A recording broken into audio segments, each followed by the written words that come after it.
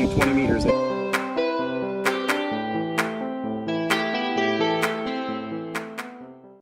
Welcome everybody to the YCARS June presentation meeting. Tonight we have a very special guest. We have Adrain Ciuperca, right? Not even close, but that's okay. I will give you the pronunciation so I can get it right. Ciuperca. Ciuperca. Okay. I ran it through a couple different deciphering to try and figure it out. Ciuperca. Thank you very much, Adrain. Kilo Oscar 8 Sierra Charlie Alpha. And for those of you who are not familiar with his resume, Adrain has been on 30 DXpeditions. He is getting ready to do his 31st here. He was part of the Bouvet team. He's also headed in a couple weeks to, or in a week, I guess, out to Italy for the WRTC World Radio Team Sport Championships. So we're a pleasure to have him. He's an all-around good guy and a member of the CQDX Hall of Fame as of this May. So thank you very much, Adrain, and take it away. Well, good evening, and thanks for having me tonight.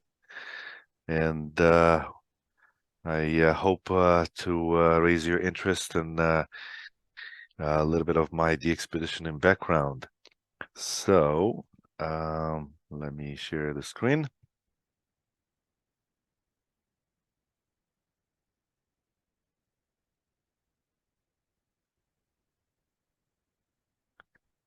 Okay, you guys can see my screen? Perfect. All right, so this year I took part in the adventure of my life during the January and February of 2023 to the most remote uninhabited place on Earth. It was indeed quite an adventure, and I had a lot of fun. It was not an easy expedition. The team leaders been working on it for about 3 years. I had to go to Norway a few times to help with the expedition preparation. I learned a lot. I made a lot of friends and memories of a lifetime. But tonight I will not speak about Bouvet, but I would like to talk about the fact that Bouvet is the DXpedition number 30 for me. It was quite a journey to get to this round number, and I get a lot of questions, and so tonight I'll be answering a very simple question: how did I get here? Well, these 30 DXpeditions are, some of them are pretty easy, some of them were more difficult, some on a hot climate, some on a cold one, some on a small DXpedition, just a one-man show, others large DXpeditions with the big teams of 25 and even more people. And so over the years I learned quite a few things of what it takes to go on a DXpedition. And I'm making this presentation mostly for people that are interested to know how do I join a DXpedition? How do I get into one? And what does it entail? Can anybody do it? Does it take a lot of skills or very little skills? You have to be a rocket scientist or not? Well, the idea is, first of all, I'll tell you how it started for me. I was a little kid, maybe 8 or 9 years old. I like to read books about exotic islands and type of Robinson Crusoe type of books. And one day my dad shows up and he says, you got to read this book. It's called Kon-Tiki.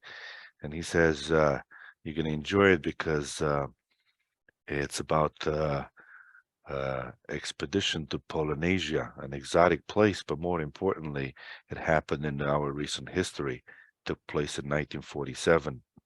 For those of you that don't know, this was an expedition organized by a Norwegian explorer, Thor Heyerdahl.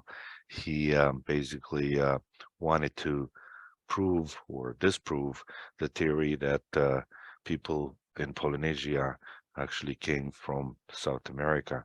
So he embarked on this balsa raft from Peru to Polynesia in 1947.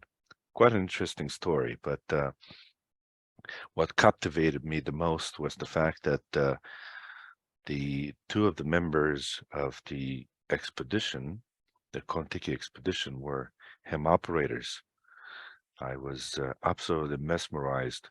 These people were in the middle of the ocean and they were talking to some simple radios, and they were talking to people all over the world. And they even kept a schedule with the famous Whiskey One Alpha Whiskey station in Newington, Connecticut. And so that's how I learned about ham radio. Of course, I was still a child, 9 years old or so. So it took a couple of years until I got my license. I actually passed the exam at 14, and then at 16, I finally got my license. And I was playing around and at the radio like I usually do. It was a Sunday morning, and instead of doing what other teenagers do, I was listening to pile-ups, mostly on CW, and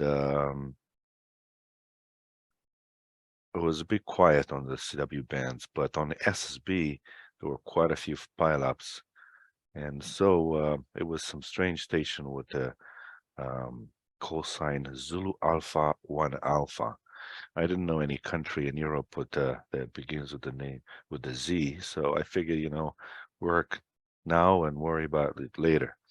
In any case, I worked the country. Supposedly, it was a new one for me, and I begged my parents to give me a couple of dollars. I put in the envelope and got the QSL card that you see here on the screen. The QSL card really changed my life, my ham radio life, I should say. The next day after I got the card, I went to the local radio club, and all the people there were grown up, so I was still a kid in high school. And all of a sudden, it was quiet. Everybody was passing the QSL card from one to another, and they were very intrigued in the fact that it was the first time Albania was on the air, and so it was a new one for everyone there. So at that moment, I found out what this is all about, what the expeditioning is, and how it works, and what's behind it. I got intrigued, and I said that one day I will be doing that. More than that, the operator behind the microphone during my QSO was the famous Marty Lane, Oscar Hotel 2 Bravo Hotel. I think he's one of the most famous ham operators alive today. And I said to myself that one day I have to really meet this person because he really changed the way I looked at ham radio. And the year 2000 was not a good one for most people on this planet, but for me, brought me quite a surprise. After almost 30 years, I got my wish. I got to meet Marty Lane and go on the expedition with him. And it was quite an experience. So afterwards, I went to college, and after that, I got a degree, a master degree in computer science. And I said to myself, once I finish college, from my first paycheck, I will buy a radio. So I'll have, for the first time, a radio that's not homemade, but something that's industrial quality. And I got my first paycheck, and that's exactly what I did. I went and bought this Yaesu FT840. Bought a Cushcraft 10-meter antenna, put it up, and started having a lot of fun. But a few weeks later, things started to be a bit more difficult. I started to realize that at my new job, I had to focus a lot more and put a lot more effort and a lot more hours if I wanted to have a career. And so afterwards, ham radio went onto the back of my mind. I put it on hold for quite a few years. And one day in 2014 at the New Year's party in my New York apartment with all the friends, when the year has changed, we all had that wish. And I said to myself, what do I wish for? Well, and then I remember that I really wanted to go on a DXpedition. And so right then there during the party, I looked under my bed and found the FT840 that I bought with my first check many years ago. And it was full of dust. I took it out and I really smiled. I said to myself, once the holidays are over, I will send emails to all these DXpedition leaders, and I will go on a DXpedition finally after that many years of thinking about it. Well, things didn't work out that way. The answers to my emails to the team leaders that I found on the internet were very simple. Nope, we can't take you because you have no experience. Well, if I have no experience, how do you get experience of the expeditioning if you don't go on a DXpedition? Well, that was like the chicken and the egg problem, so quite a conundrum. And then I figured I was a bit upset for a couple of weeks. My wife, who I have to admit is a bit smarter than me, said, well, if you want to go on a DXpedition, what prevents you from going? Put your radio in the bag, get another bag for your antenna, and just pick up a place and go. What's the big deal? I was thinking, well, she's right. You know, it's not a big deal. And she said, let's pick up some Caribbean islands. I was absolutely surprised because I was reading about getting licenses for a lot of places that I wanted to go, but they were complicated. In Caribbean islands, a lot of these licenses are easy to get. And so, for example, one of the first expeditions that I went by myself together with my wife was in Turks and Caicos. I applied for a license, and believe it or not, an hour later, I've got the license in an email. So things were looking up. Put the radio in and spied the beam, as you see it there, and went out. Turks and Caicos, it's a direct flight from New York, very easy to get to, no headaches, and a real paradise. And putting an antenna on the beach is really the best recipe for good pileups. And so I liked it so much that in the next 12 months, I made 3 such trips in the different islands in Caribbean. It was very nice. I started to learn a lot of things about the science of packing for the expeditions, where you have to figure out the trade-offs. We all want to have a lot of things, but you know, packing and it's not always possible to get everything you wanted. At the same time, you quickly learn that there's no Radio Shack waiting for you where you're going. So if you forgot something, you only have yourself to blame. Also, you have to also learn the, I should say, the science of talking to customs officers.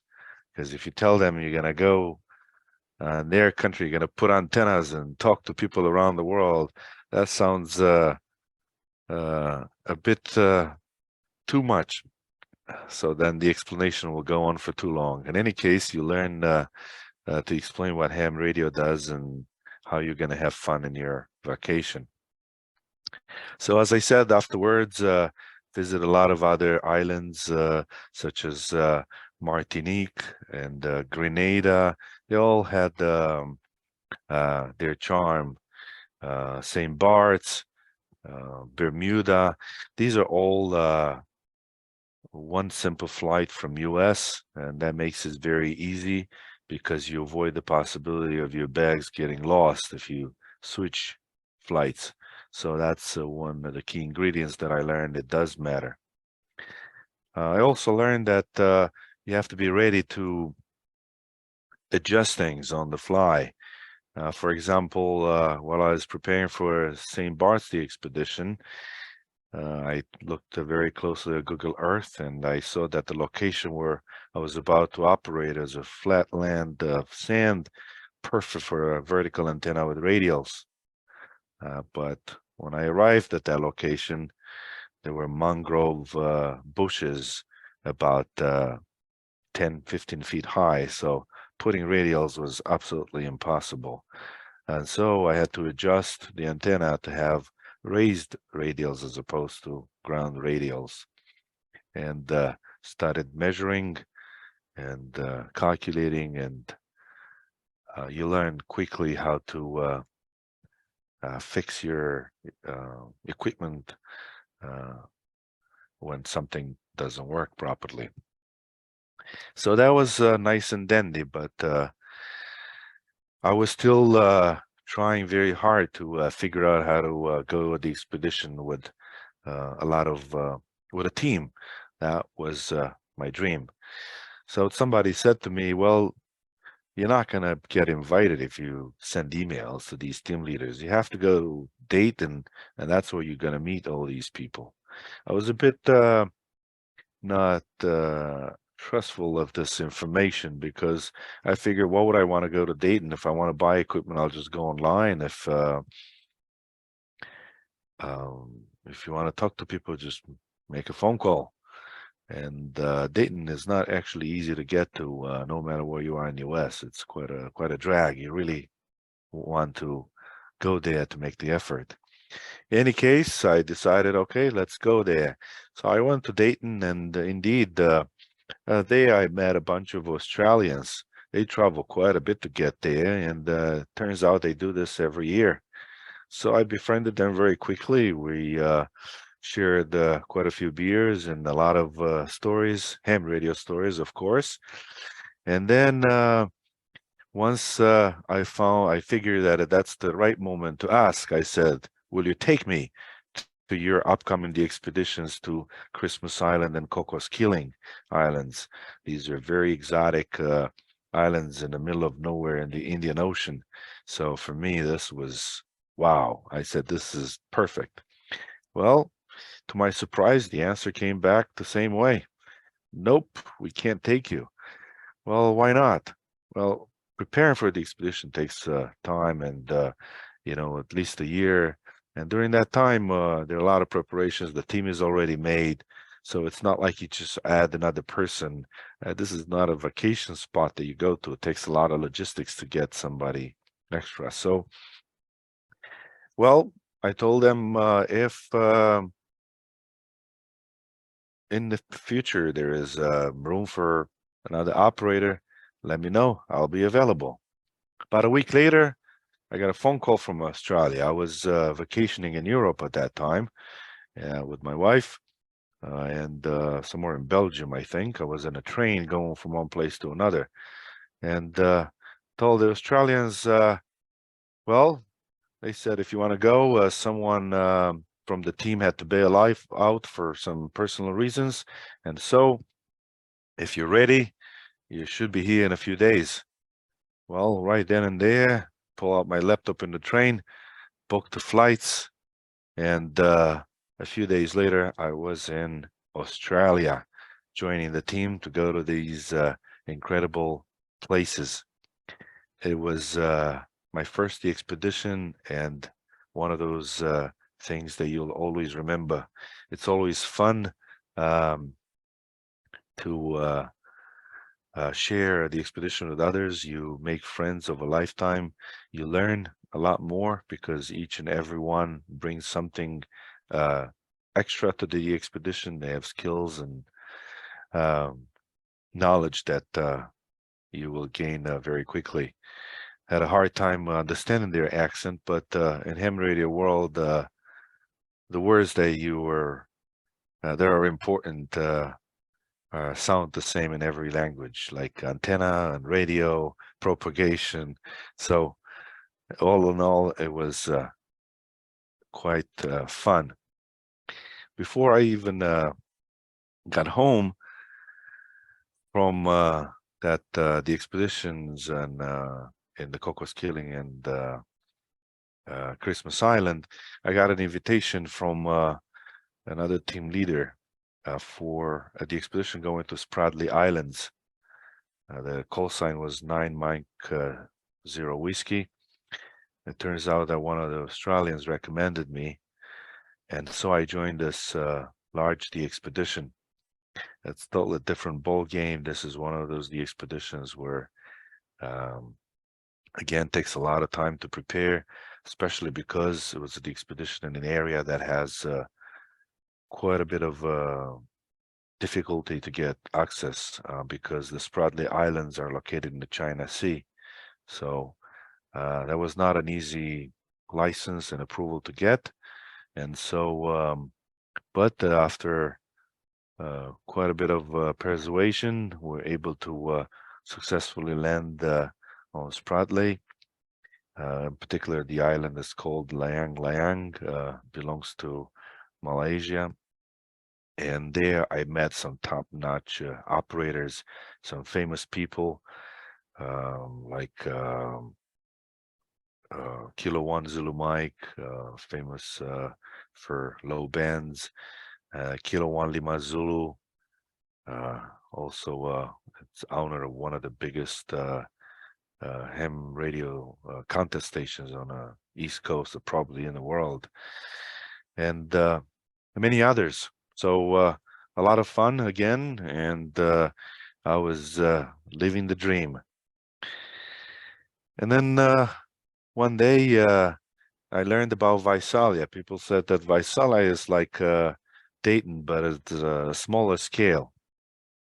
And Visalia, I met Ken, Lima Alpha 7 Golf India Alpha. He is a Norwegian, and he tends to go to a lot of warm places in Africa. I guess living in a country up north like Norway, anything that's hot is a good candidate for a vacation spot or pileups. So bought a can of beer, and I said, why are you going by yourself? You know, you could have even more fun if you go to a larger D expedition. Well, he says, been asking around, but nobody wants to take me, so I go by myself. He already been doing quite a few D expeditions in Africa, and he says he's going to continue to do so because he likes it. I said, well, if you get tired of going by yourself, then I will, you know, keep me in mind. Again, and he says, well, as a matter of fact, I have a project that I might be interested but to put together, but I don't think I want to go by myself. And I said, well, wherever it is, I will go. Just call me when you're ready and you get the license. Again, a few days later, I get a call from him and he says, are you ready to go?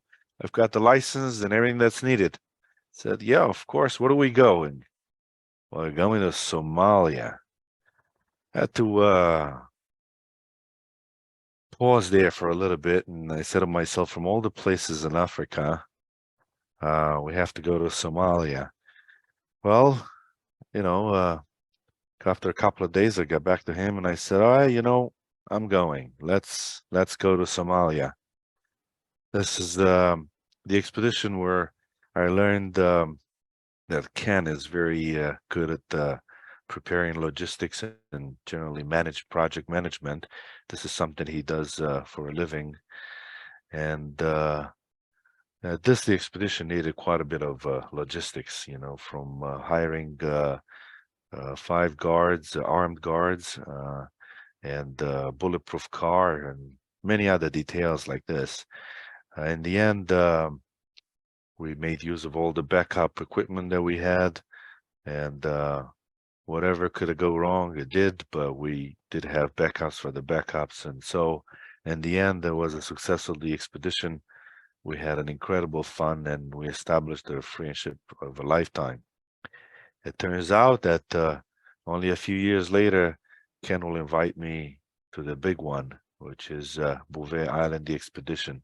He is one of the team leaders of the 3 Yankees here at Juliet that happened this year. Well, in the meantime, I was still asking friends, and one day I met during a field day operation. I met my friend Bob.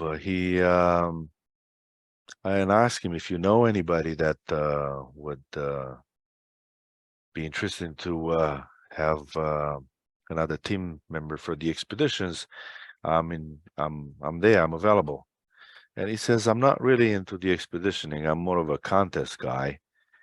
And he says, well, if you really want to be invited, you have to go to WRTC. If you go to WRTC, then everyone will call you to invite you in the expeditions. I said, all right, I'll go to WRTC. What's this WRTC thing? And so I looked into it quite a bit. WRTC is the so-called Olympics of ham radio.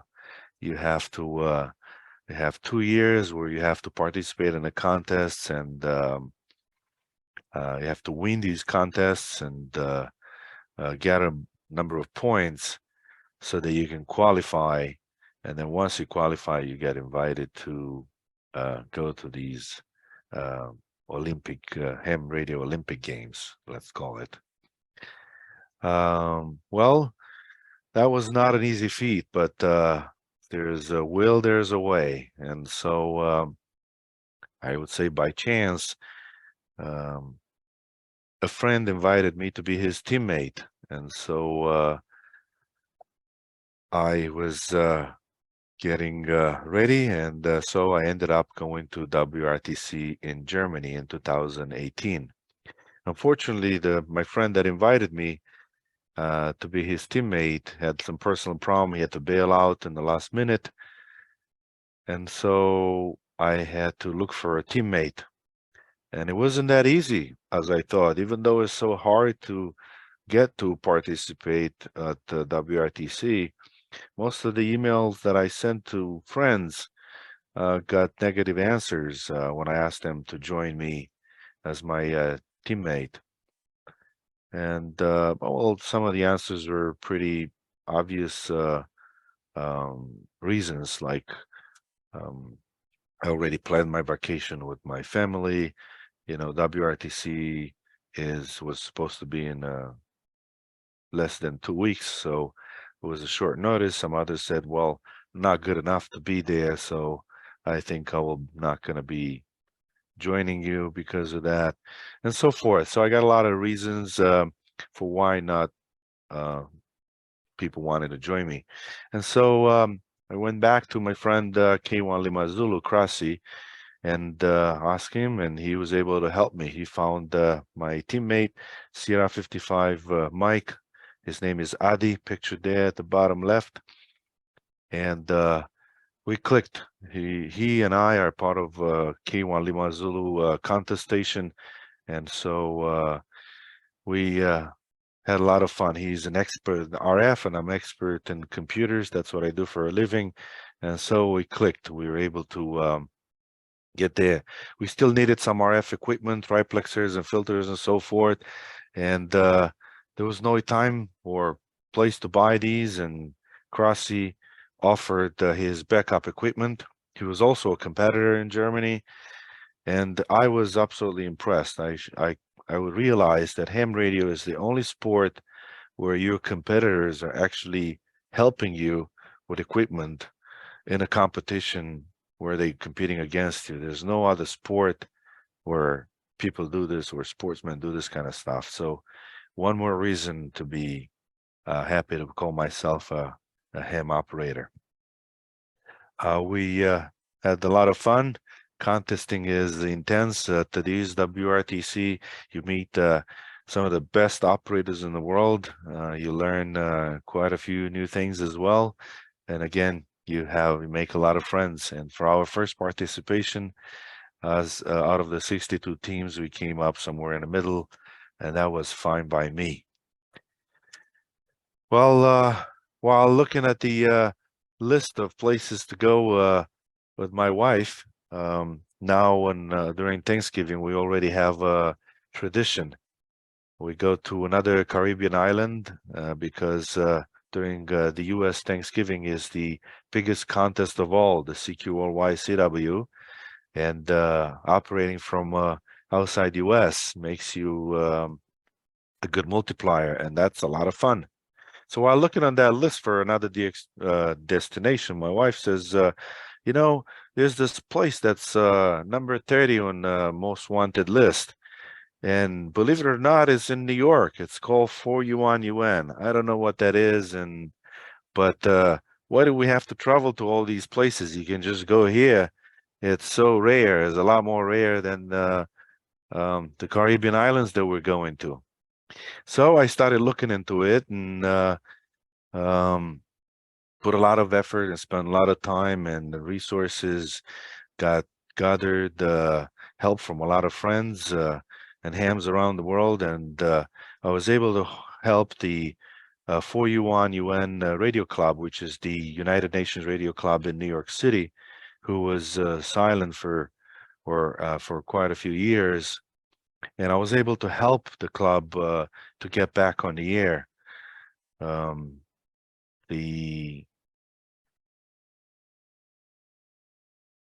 The work to get the station on the air was not easy. It involved a lot of, like I said, a lot of people that helped a bit, too many to mention. But the idea is that in 2018, the club was on the air again. And since 2018 until today, the club made more QSOs than all the years put together before 2018. And so that's a very important feat that the club and its president were able to achieve in such a short time. The equipment there is Flex 6600. It's a radio sponsored by Flex Radio. And for that, the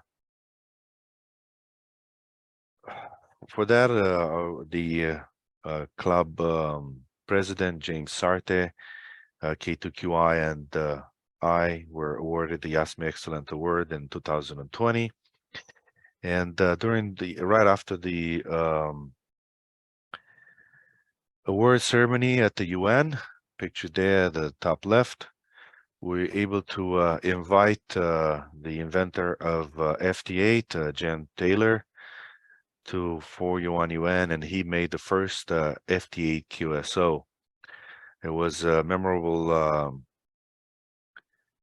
day, and also it was the weekend of ARL SSB and contest, and so we activated the station in the contest for 48 hours together with Marty Lane and a few other operators that made up the team for the contest. It was the first time I operated with Marty Lane, and right after that, we went together on the expedition in Virgin Islands, British Virgin Islands. Afterwards, I met Caesar, Victor Echo 3 Lima Yankee Charlie. He is a Canadian, and he is a passionate IOTA, the expeditioner. And we were able to put together the expedition, a two-man the expedition, to some extremely rare atolls in the French Polynesia. These are atolls or islands that were not touched by humans in the last 30 or 40 years for different reasons, but the expedition is one of my favorites.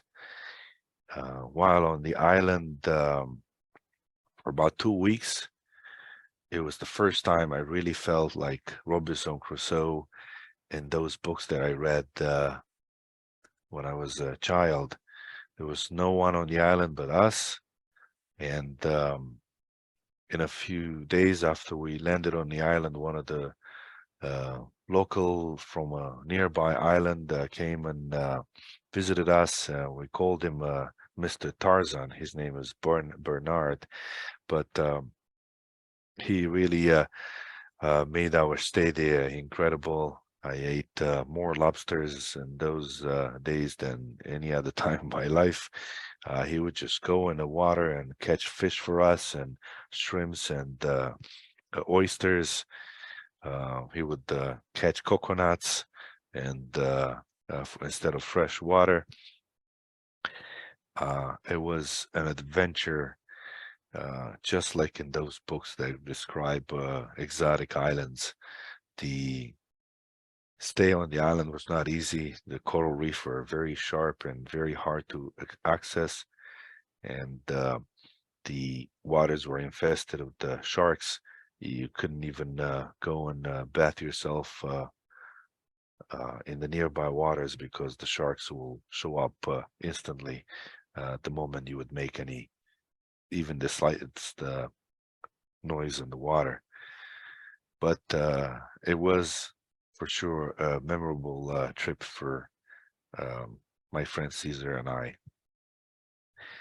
And then Krasi, K1 Limazulu, put together the expedition to the Sultanate of Brunei in 2019, and he entrusted me to take care of the logistics.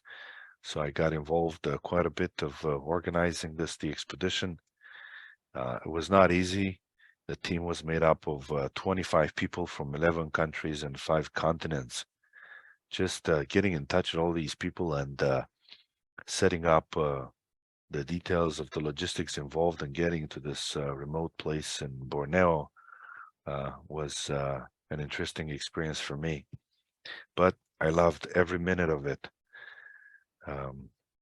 Brunei is a country that's pretty small, but one of the interesting things from the ham radio point of view is that the father of the future queen is a ham operator. He has a couple of towers in his yard. We visited him, and because of him, the expedition got quite a bit of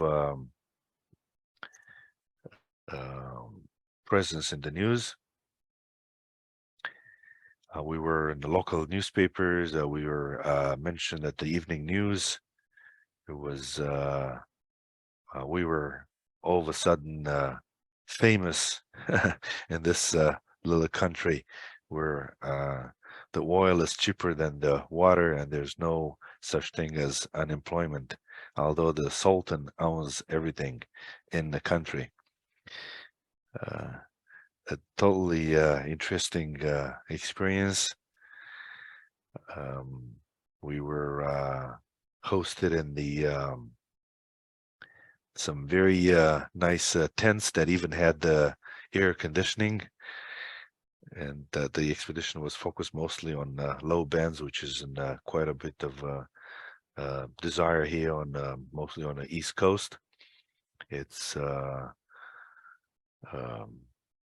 a place that is totally different than any other place I've been before. And also at Dayton, I met one of the most famous ham operators who unfortunately died last year. His name is Zorro. If you've been DXing even a bit, you definitely heard of him. He invited me to take place of the expedition to Bhutan in 2019. Bhutan is a very small country, and visiting the countryside feels like you're back in time a few hundred years. It's one of those places that it's absolutely unique compared to nothing that I've seen before. And interestingly enough, the brother of the king is a ham operator.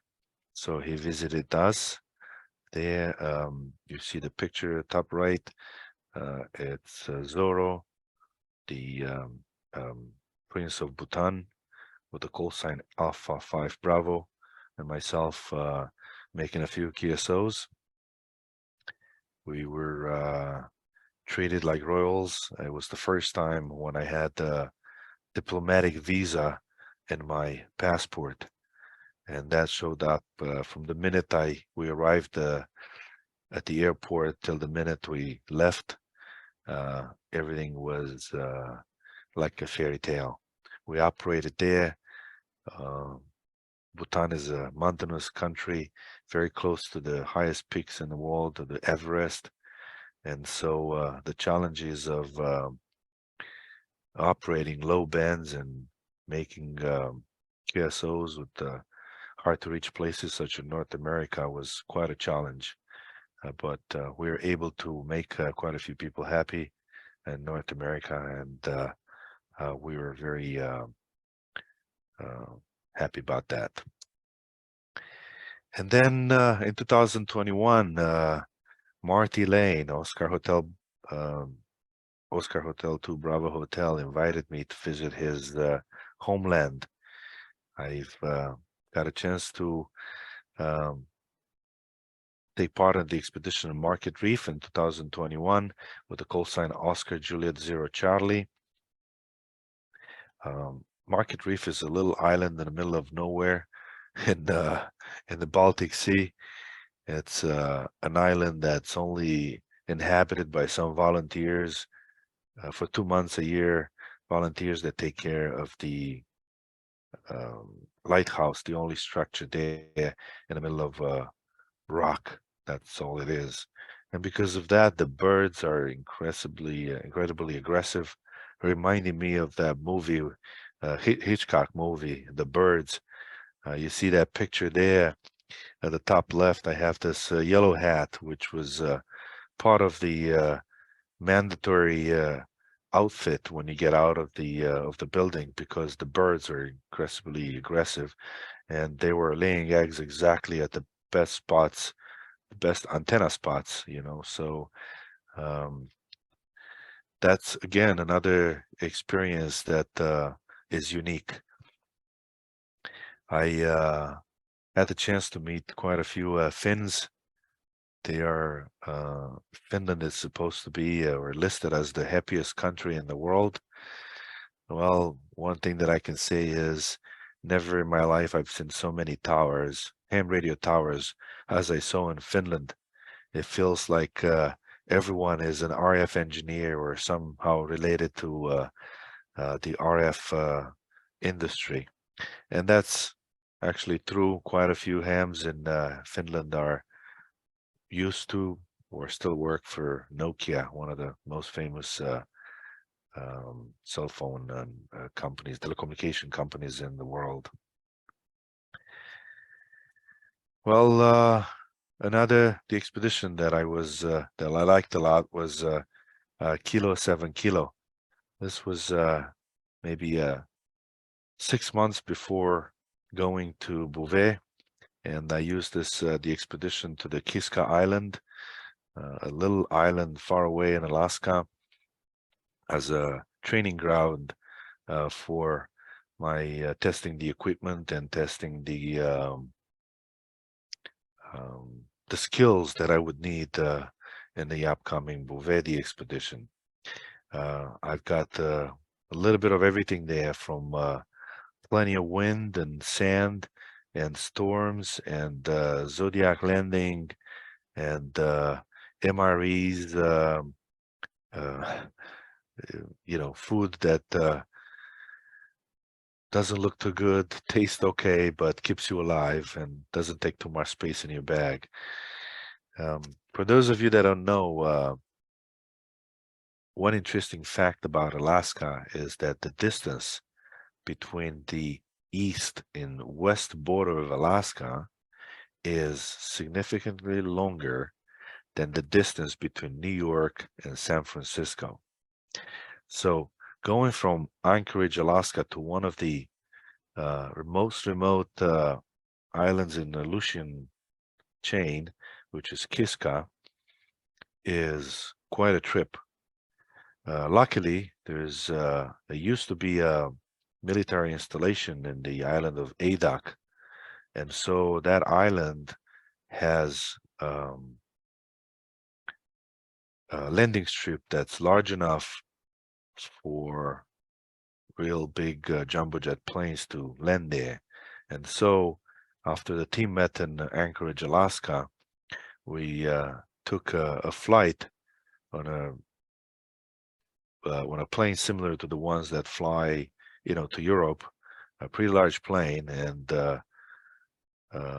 that saved us quite a bit of trip. And after about 3 or 4 hour flight, we ended up in Adak.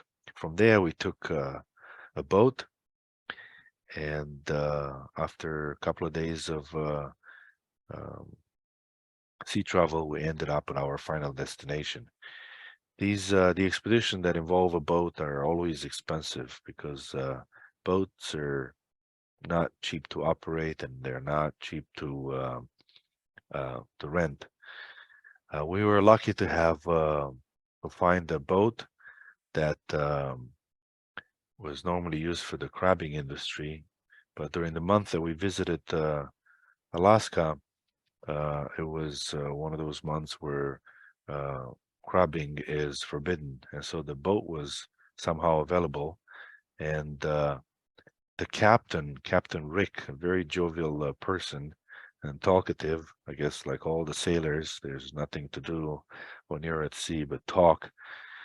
And he was quite an interesting character, and also famous. He was part of the Discovery Channel Deadliest Catch TV series. Catching or fishing for crabs is the most dangerous job in Alaska. And so this Discovery Channel TV series was pretty popular, run for many, many seasons. And so Captain Rick was one of the protagonists in one of these series. So that was another interesting and fun things that added to the excitement of the expedition. The Aleutian Islands were involved in the World War II, and they were the only islands that were, let's say, conquered by a foreign power during the World War II, part of the U.S. Territory. It turns out that the Japanese were trying to catch or set foot on Midway Island, which is about halfway between mainland US and Japan. And then Midway was a refueling stop for these bombers that were heading to Tokyo. And taking over that island would stop the bombardments of the US troops to Japan. So it was very important for the Japanese troops to take it over. So because the two armies were unequal, the US Army was a lot bigger numbers than the one of Japanese.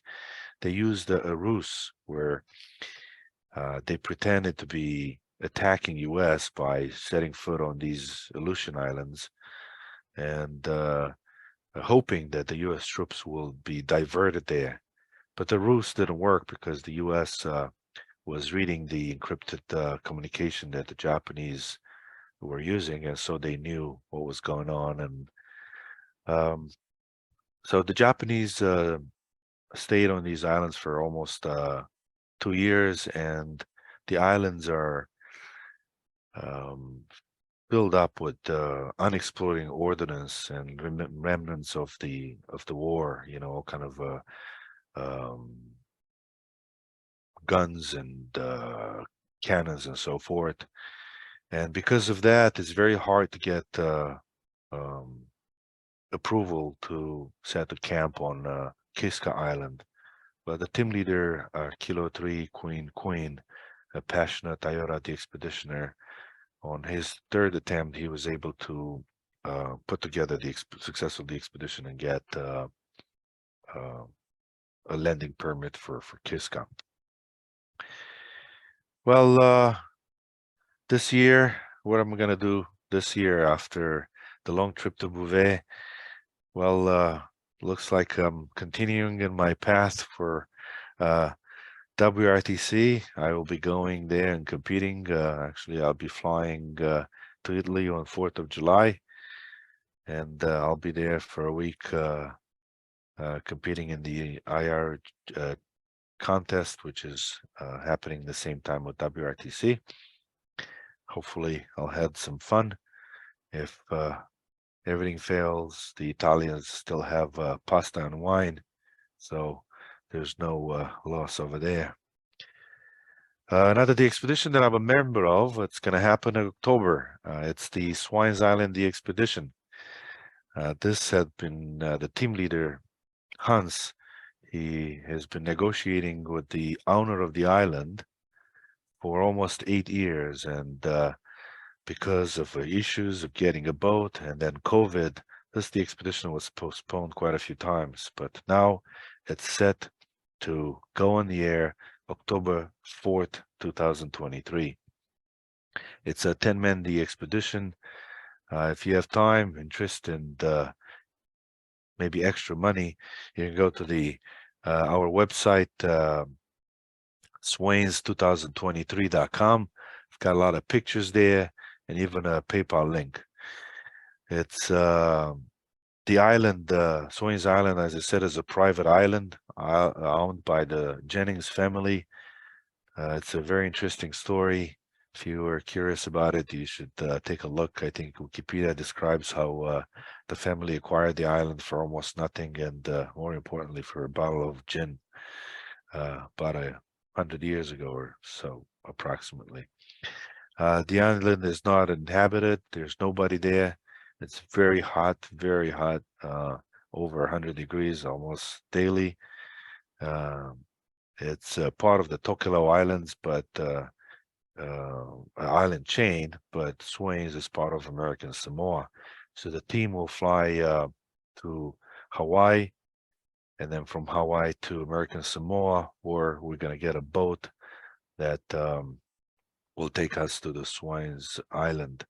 We will have 6 radios on 2 different cams, and we'll attempt to do 6 meters, but more importantly, we're going to put a lot of focus on low bands where the demand is quite high. We're currently doing meetings almost weekly. There's a lot of details to put together. Logistics is not easy when you have to go to remote islands, and especially if you have to go there by boat and fly a lot of equipment. Again, there's a trade-off between bringing too much equipment and having a hard time getting it there, or bringing too little. You get there and then you cannot operate properly. So a lot of details to be put together. One interesting thing is that Swains Island is covered by the Starlink satellites, so we'll probably have Starlink, which means we will be able to upload logs very often, and maybe even do some live streaming from the island. And that will be the first time live images will be sent from this remote place. And there's another expedition that I'm planning sometime at the end of the year. There's no license in hand, so I cannot reveal it yet, but watch for the news, and who knows, maybe it will happen. I guess so far I presented a few of my favorite expeditions. Even talking about each and every one of them will take hours, but I hope I raise your interest in what it takes to go on the expedition, and what's involved in it, and maybe some of you will be interested to try the expeditioning, even maybe something closer in the Caribbean, or if you're interested in contesting, there are contest stations in quite a few of these Caribbean islands that look for operators. And let me tell you, it's a lot of fun, especially if you just show up and operate. Less headache for you, but maximum enjoyment. So I will give the microphone back to the base, and I will be standing by for any questions you might have. Thank you very much, Adrian. Do appreciate it. Fantastic presentation. Man, you've been traveling the world. I tell you, I want to be you when I grow up. That's for sure. Anybody have any questions? Just unmute yourself or raise your hand, and we'll be glad to take them. Questions? Oh, come on. I see here in the chat somebody called Philip said that his uncle fought in World War II in those islands. Yeah, one of the things that I didn't have time to mention is the fact that one of the generals that was the chief of the operations, the Japanese forces, was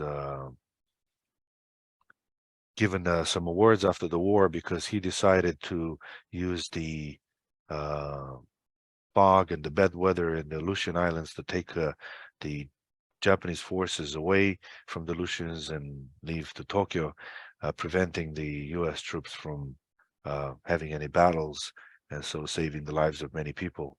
And some Japanese ham operators wrote us that they are actually from the town of where that General Nakamoto was born, but also one of them was at the same high school with General Nakamoto.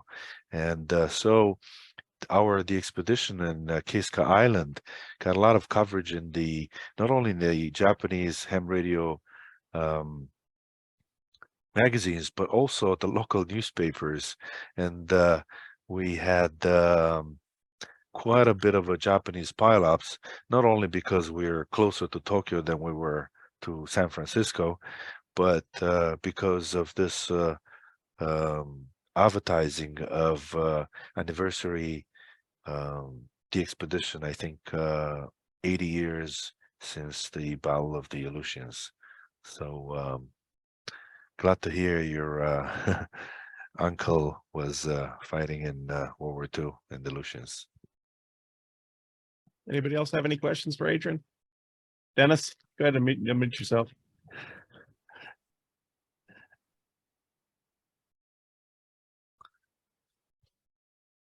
He's getting there.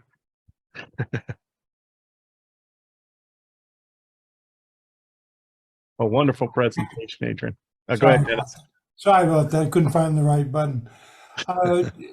Adrian, good luck at WRTC. I'm sure that will be a great experience again. Two things that seem to have been hitting a lot of headlines lately are Rig in a Box and the influence of FT8. What's your opinion as a DXpeditioner on both of those, and how do you incorporate them? Well, I am one of the operators of the ongoing Victor Papa 6 Alpha expedition to Ducie Island. That's happening just right now. It's so the idea behind it is the fact that quite a few places or entities from the list of 340 that are listed in the club log, most wanted entities. So quite a few of these entities are beginning harder and harder to reach. Technology allows us to easily go anywhere in the world these days, and that becomes the easy part. But getting approvals to reach some of these islands, especially the U.S. possessions in the Pacific, so the French possessions in the Indian Ocean, become absolutely unreachable. And so the idea behind the Rib in the Box is that a small team, like in the case of Ducie, just 3 operators with 4 radios, they're in charge of going there, putting these boxes on the island, setting up the antennas, and then operating remotely. So the radio and the antennas are still on the island, but the operators are on the boat. So this way if the footprint of human footprint is minimized by humans not staying overnight on these islands, maybe the thinking is we will be able to get approvals to activate some of these rare islands. And one extra important thing about the ribbon radio in a box system is the fact that because of this new technology called Starlink, now there is a very inexpensive way to get internet, and that allows operators from around the world to actually operate these radios. So 3 operators are on Ducey, but about 20 operators are around the world accessing remotely, and so it keeps the operating you're able to put a lot more QSOs in the log, but have less people present at the island. Now, it's still a work in progress. The main point is not to make QSOs, but to improve the system. It's been quite a few years since this project has been started, and there still has kinks. One of the things that need to be fixed is figuring out the issue with the delays and disconnects. The Starlink works great, but if the Starlink sits on the boat and the boat is rocking, the operators lose connection, and that makes it a bigger impact when the operators are doing CW, and even more, the delay is felt on SSB. And so one of the criticism of this expedition is that it does a lot more FT8 than it does CW or SSB. But again, this is a work in progress. FT8 is a lot easier to do, and so the operators, if the operators get disconnected, the radio still keeps going. You cannot do that on SSB on CW. So like I said, this is still a work in progress, and I think it has a good future. Otherwise, newcomers to the hobby will have no chance to work some of these islands that have been closed because of environmental concerns. So that's the idea behind of the RIB, the radio in a box. Well said. Thank you. Thank you, Adrian. Anybody else have any questions? I have a question if this is working. It is. Yep. Go ahead, Joseph. Oh, great. Adrian, I have a question in regards to logistics, especially in larger expeditions with more team members. How are you handling your water supply? Do you filter or treat, or do you carry it all in? It depends on the location that you are going. So, but generally, for example, when we went to Bouvet, we couldn't get water for all the people that, all the operators for the amount of days that we were there. So the boat had a water maker, and we bought a backup one, a second one. So when we got close to Bouvet, we started making water from the seawater and filled up the jugs with water that then we carried on the island.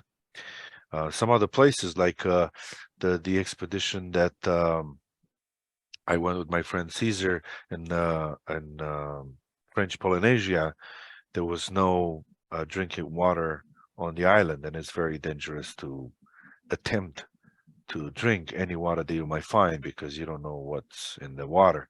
And so the water has to be carried to the island, and that adds to the complexity of the logistics.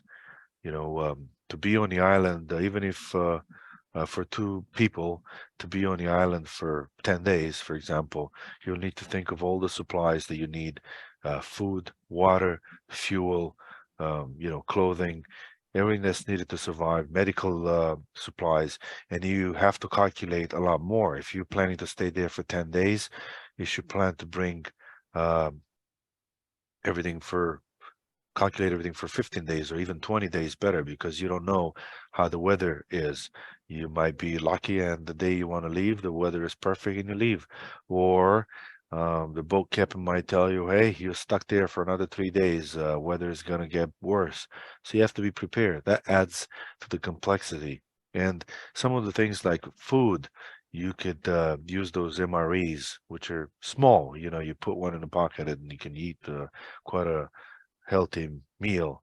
But with water, you don't have a choice. Water, it's takes a lot of volume, and you can't make it smaller like you make it with the food. Same applies for the fuel.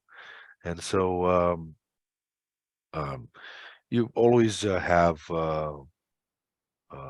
always have to think about options. For example, in French Polynesia, what we realize is that, you know, the water that we carried was good to drink, obviously, but after a few days, the water was absolutely too hot to even drink. But we did have enough to survive.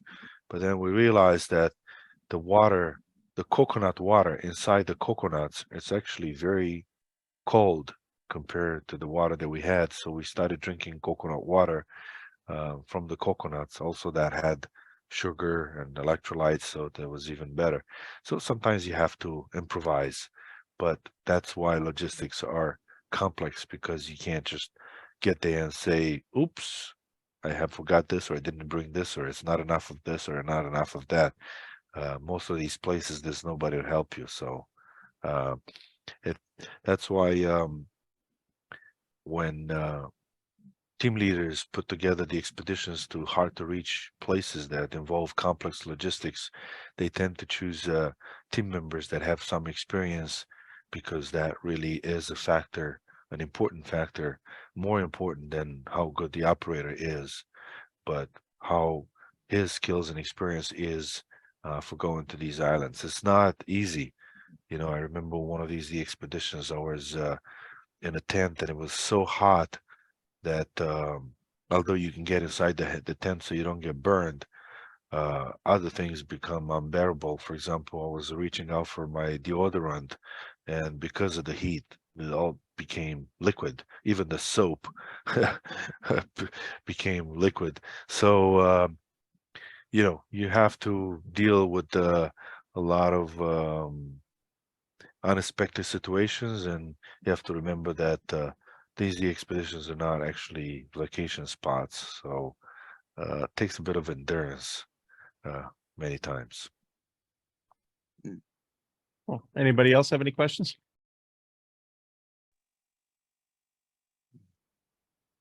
All right. Well, Adrian, good luck in Italy. I hope you come home with the hardware. And good luck at Swain's. We'll be looking for you down there. And with your next surprise top 20 expedition, if that license comes through. And next time you go to some, you know, exotic island where there's, you know, hotels and stuff, give me a call. I'd love to operate with you. Well, thanks for the invitation, and thanks for you guys for having me. I hope to work you guys in the pileups, especially from Swain's. It will be another adventure. Maybe come back afterwards and tell you how the story went. You definitely have an invitation to come back and talk to us after Swain's, or even after WRTC if you want to do that. We'd love to have you back. Class act all the way, Adrian. Thank you very much. And 7-3. Have a good evening. Thanks for having me. 73 from New York. Okay, guys. Well, that is it for this evening. I think it was a pretty great presentation. Awesome job by Adrian.